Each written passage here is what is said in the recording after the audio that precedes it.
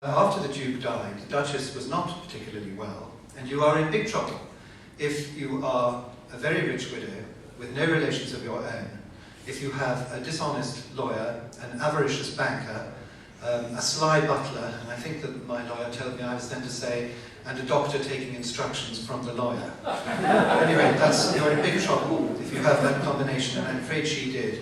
The Duke, obviously, his main concern was her fate after he died, and he set up an extremely good will with Sir Godfrey Morley of Vallanovery, president of the Law Society. I don't think you get a much more honourable lawyer than him. And this was to protect the Duchess, which meant to say that the staff were to stay on in the house, and they only got their bequests when she eventually died. And after that, the money was to come back to Britain and be distributed for charitable purposes, which all makes perfectly good sense. Alas, in stepped Metro Suzanne Bloom. And one of the ways that she sort of took power, people always ask me, how did she get control over the Duchess? Well, obviously the Windsors had a lawyer in Paris to deal with staff contracts and, I don't know, licensing cars and things like that. And they had a man called Paul Vey, and he died, and Metro Bloom was his widow, and she took over his clients. So she dealt with the things on the ground in Paris. Nothing important, not a friend, not the Duchess's best friend, nothing. Asked to lunch politely once a year. But the first time I ever heard her name was because very shortly after the Duke died, Hotford from London became Admiral of the Fleet Lord Mountbatten, who started ordering the Duchess about and telling her where she should leave her money and foundations should be set up in the Duke's name. And then, alas, I hate to tell you, he would occasionally reach out and say, oh yes, I remember this little box, this little silver box. David always said one day it would be mine. It was in his pocket. And the private secretary actually said to me, so we called up Madame Bloom, and we get her to sit next to the Duchess to stop him doing it. And in a sense, that's one of the small ways in which she began to take control. But she obviously had a plan, because what she said to the Duchess was, they'll throw you out of the house in Paris unless you give some of your furniture to Versailles. We can't keep you. She terrified her and basically contributed a great deal to making her extremely ill. She literally trembled, and worse actually, when expecting a visit from Metro Bloom.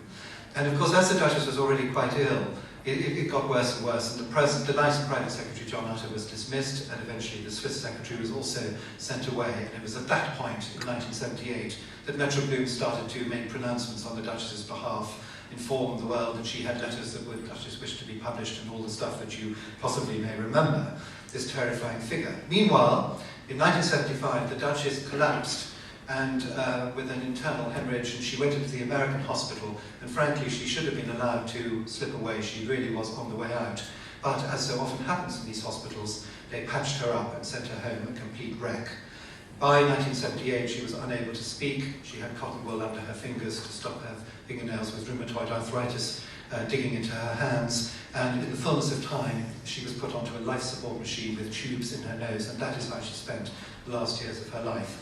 She eventually died in 1986, just before her 90th birthday. Now you could argue that it was all right for Metro Bloom to sell the dining room table because the Duchess wasn't entertaining anymore and the nurses had to be paid. This didn't take account of all the money in Switzerland. But anyway, things are never completely black and white, I accept. But I think you will agree that for her to then publish all these ludicrous letters and things and all these books that came out afterwards can have been of no financial benefit to the Duchess whatsoever, although I suspect it's a considerable financial benefit to Madame Bloom. And one tiny thing that she did was, in the famous jewellery sale, which you may remember, some fabulous jewels were sold. Lot 132, I think it was a little sapphire and ruby brooch in the form of an EW. A lovely thing, but given the extent of the Duchess's collection, not particularly special. And the Duchess, I have the inventory, she gave it to Metro Bloom in 1974, I think it was. Anyway, when she was perfectly capable of doing so, make her own mind up, and it's in the inventory marked that. That popped up in the sale as property of the Duchess of Windsor. It was sold for 132,000 Swiss francs. It was actually bought by the Daily Mail and given away as a prize to their readers. And it's subsequently been sold for considerably less several times. But I just wonder where the money went. I mean, maybe she did give it to the Institut Louis Pasteur, but I suspect probably not. So that was basically, with a lot more detail, the story that I was trying to tell in the first part of the book. And so then, as I say, when you're thoroughly depressed, we go back to Baltimore.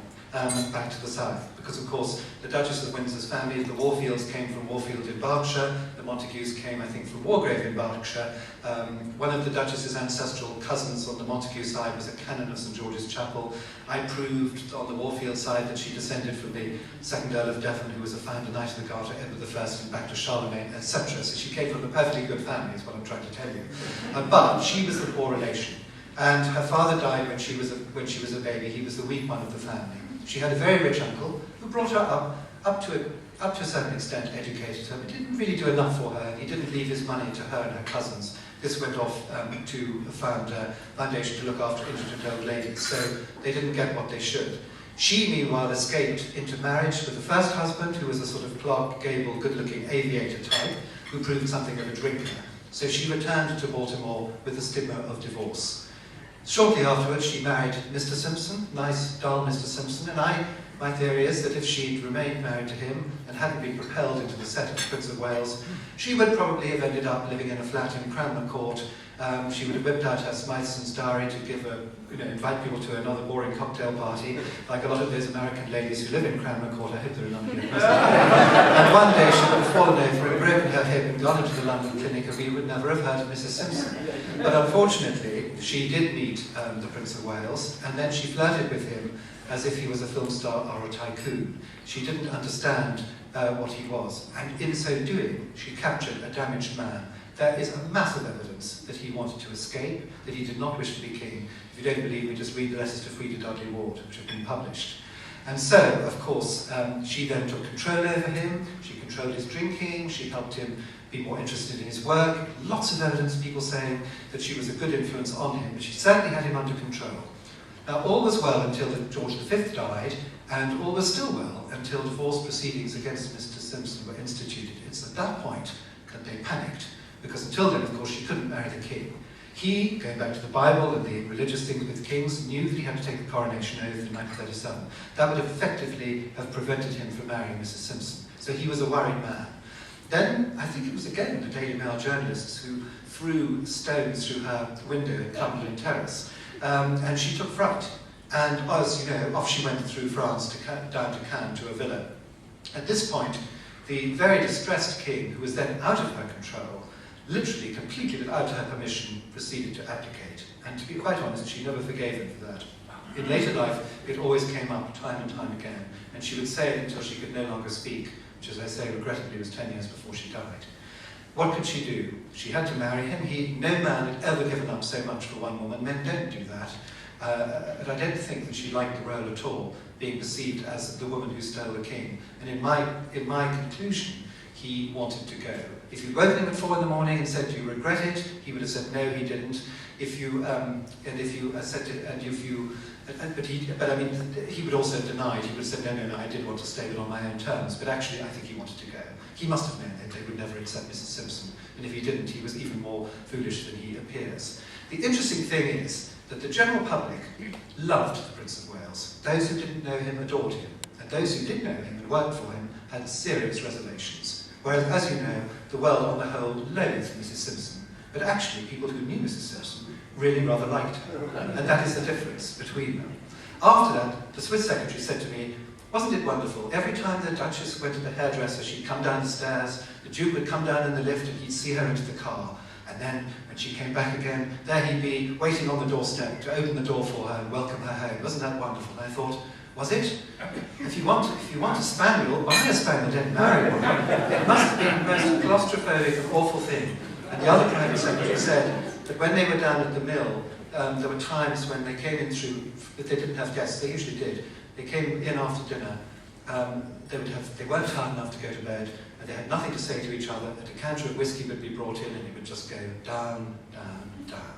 So Mrs. Simpson did her best to look after him in a spirited way. She was very funny. You know all the famous aphorisms, but you may not know this one. One day, it was Mary Soames said that she went to dinner, and the Duchess said, "People are always telling me to look up my old friends. Look 'em up, dig 'em up." These are remarks poured out of her one after another.